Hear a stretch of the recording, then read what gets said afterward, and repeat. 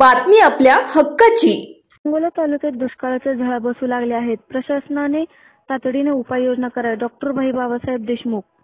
सध्या सांगोला तालुक्यातील बहुतांश भागात शेतीच्या व पिण्याच्या पाण्याची अडचण प्रकर्षाने जाणवू लागली आहे। सांगोला तालुक्यात पावसाचे प्रमाण कमी असणे हे नित्याचेच असे। निसर्गाच्या अशा लहरीपणामुळे शेतकरी सतत अडचणीत येताना दिसत आहे। सांगोला शहरासहित तालुक्यातील वेगवेगळ्या भागात आज पाणी टंचाई जाणवू लागली आहे।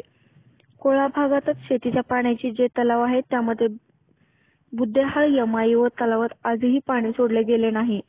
लाभधारक शेतकऱ्यांनी रीतसर पैसे भरले असताना व मागणी केलेली असताना सुद्धा या तलावात पाणी सोडले जात नाही। त्यामुळे शेतकऱ्यांना शेतीच्या पाण्यासाठी प्रतीक्षा करण्याशिवाय पर्याय उरला नाही। तसेच गिरडी भागातील परिस्थिती याहून आणखी बिकट आहे। पिण्याचे पाणी 5-5 दिवस नागरिकांना मिळत नाही। शेतीच्या पाण्याचे तर सोडाच, बहुतांश पिके हातातून गेले आहेत। आणखी 8-10 दिवस गेले तर जनावरांच्या चाऱ्याचा प्रश्न सुद्धा फार मोठ्या प्रमाणावर निर्माण होणार आहे। अशी परिस्थिती जवळा भागात सुद्धा आहे। जवळा भागात सुद्धा आठवड्यातून 3 ते 4 दिवसाआड पिण्याचे पाणी येत आहे। शेतीच्या पाण्याच्या व जनावरांच्या चाऱ्याची इथेही बिकट परिस्थिती आहे। महूद भागातही काही वेगळे चित्र नाही। लक्ष्मीनगर, इटके, कटफळ अशा भागात पिण्याच्या पाण्यासाठीची वणवण सुरूच आहे। लक्ष्मीनगर मधील महिलांनी तर पाण्यासाठी टाहो फोडून आपल्या व्यथा मांडल्या आहेत व कटफळ येथील राजेवाडी तलाव भरून घेण्याची मागणी करूनही त्याकडे दुर्लक्ष केले जात असल्याने शेतकऱ्यांची पिके पूर्णतः नाहीशी झाली आहेत। तसेच नीरा उजवा कालव्याचे पाणी वेळेवर पूर्ण क्षमतेने येत नाही।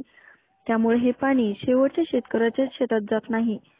त्यामुळे हे पाणी वेळेवर व पुरेशा क्षमतेने यावे या मागणीसाठी लाभधारक शेतकरी उपोषणासारखे मार्ग अवलंबत आहेत, आंदोलने करीत आहेत।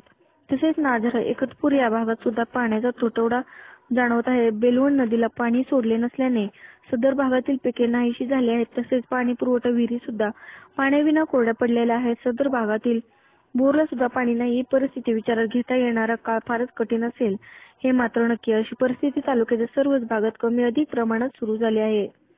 सध्या फेब्रुवारी महिना असून मार्च, एप्रिल, मे या 3 महिन्यात पिण्यासाठी व शेतीच्या पाण्यासाठी नागरिकांना मोठ्या प्रमाणात अडचणींना तोंड द्यावे लागणार आहे। तसेच जनावरांच्या चाऱ्याची सुद्धा समस्या भेडसावणार असून या गोष्टीचा सारासार विचार करून प्रशासनाने ताबडतोब यावरती उपाययोजना कराव्यात। कारण आपल्याकडे जून महिन्यात वेळेवर पाऊस पडेलच असे नाही। समजा पाऊस वेळेवर पडलाच तरी चारा लगेच निर्माण होईल असेही नाही। अशा गोष्टीचा गांभीर्याने विचार करून दुष्काळी परिस्थितीचा सामना करण्यासाठी सर्वसामान्य नागरिकांना दिलासा देण्यासाठी प्रशासनाने तातडीने योग्य ती पावले उचलली पाहिजेत असे मत डॉक्टर भाई बाबासाहेब देशमुख यांनी व्यक्त केल्याची माहिती प्रसिद्ध प्रमुख भाई चंद्रकांत सोलापूर जिल्ह्यातील तसेच सांगोला तालुक्यातील महत्त्वाच्या आणि ताज्या बातम्या पाहण्यासाठी आजच आमच्या पंचनामा लाईव्ह न्यूज चॅनलला YouTube वर सबस्क्राईब करा आणि बेल आयकॉन प्रेस करा।